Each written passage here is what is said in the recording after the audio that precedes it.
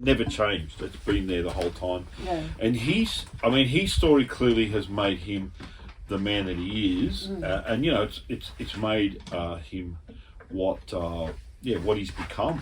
Yeah. And yes, so and it's interesting with people's stories because sometimes people go the other way and they just can't cope with what's thrown at them. And I kind of get it, I really get that. Yeah. But in the case of Cole, he actually it's made him, it's shaped him to what he is now. It's a great. It's been great because I suppose at the core of what our relationship is to help others. To reach out and that common connection. Yeah. But what impacted me so much about when I met Paul was, I was dropping my, at the time, girlfriend off, and she was wanting to get into social work, and so for her to do like home visits and things like that was kind of like her stepping stones to get out of. She worked for a service apartments company and into social work, and so I was studying photography at the time, doing a diploma in photo imaging, and I was kind of dropping her off, and I don't think I had any injuries, but that's all right. We that was later when we. Yeah. But so anyway, so I was dropping her off, and then out comes Paul to the car and says, "Oh, mate," and just shares with me, like that we're having a bit of pizza, and then we're going to go and do these home visits. And I was, in the middle of my diploma, and my whole world was that, wrapped up in that, and how am I going to get this new assignment, and what I'm going to think creatively, and the pressure and the stress, and passing. And I went and did these home visits. I decided to come in, and I'm so grateful for that moment. So thank you for taking that chance on me. And went into these home visits, and I was actually, to be totally transparent, I was driving home that night in tears because my world seems so small compared to the world out there and how many people need help. Yeah. And it was just such a humbling experience, and it just got me out of my own little tunnel vision and he just opened me up to, like, gosh, there's people all throughout this country, every corner of this world, that could do with our help. And seeing this guy, like, it was just like seeing the spiritual being just shine and show up and just bring joy and love and transformation and help to people. And he just shone through everything, people complaining, some people shouting, whatever, and he just shone through and just was able to have that charitable arm out helping people.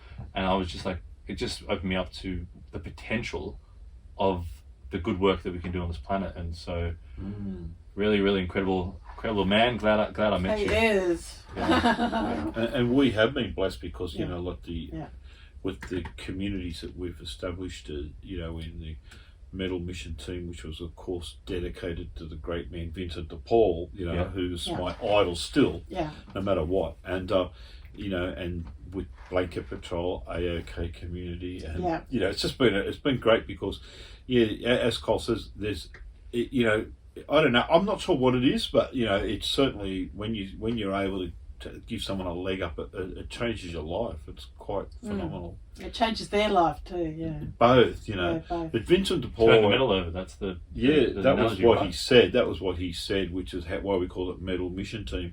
And it was interesting because he said a few things that always stuck in my mind. And we talked about this actually on Uncle George's show. He actually said, honor or love your God with the strength in your arms and the sweat on your brow. And in other words, he said, work for God, and that has always been my thing. Pastor Matt says, I adore, we run a church with no walls, which I kind of like that, At Vincent de Paul also, and you can look at it however you like, but in his day, he said, turn the medal over and you'll find Christ. In the homeless and in those that you serve is where you'll find God, or whoever your God is, you'll find. Yeah. And that's what's been real to me, is that, like that. And the most important thing he said was that we need them more than they need us. Wow.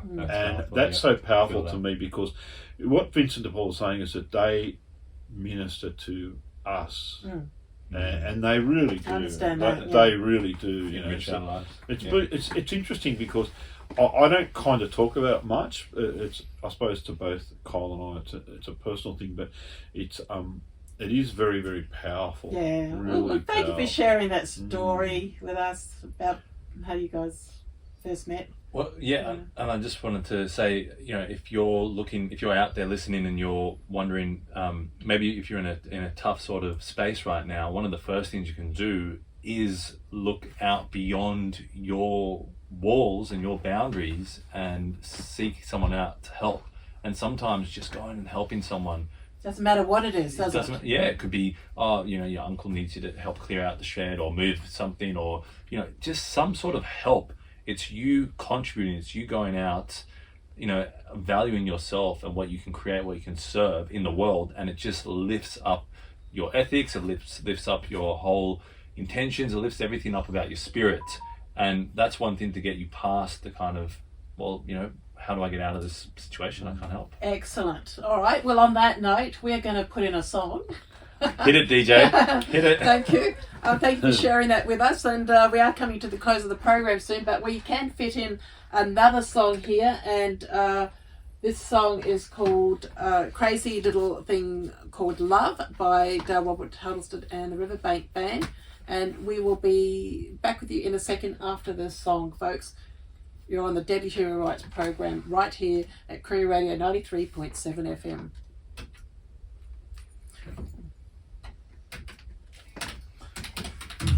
DJ. I pressed the wrong button there for a She second. goes all right as a DJ. She does. Yeah. A little bit of ad-libbing there. Yes. So, we've got, after this, we've got Well, the 2 hours goes by quick, doesn't it? 3 minutes. Yeah, this is 3 minutes, so we've got 7 minutes. You're So- just managing the time and the whole. I am. I'm yeah. keeping my eye on the time. Yes. I've got one short poem to read. Paul, do you want to share that story with about that guy? And then I'll just say our thank you to Kyle and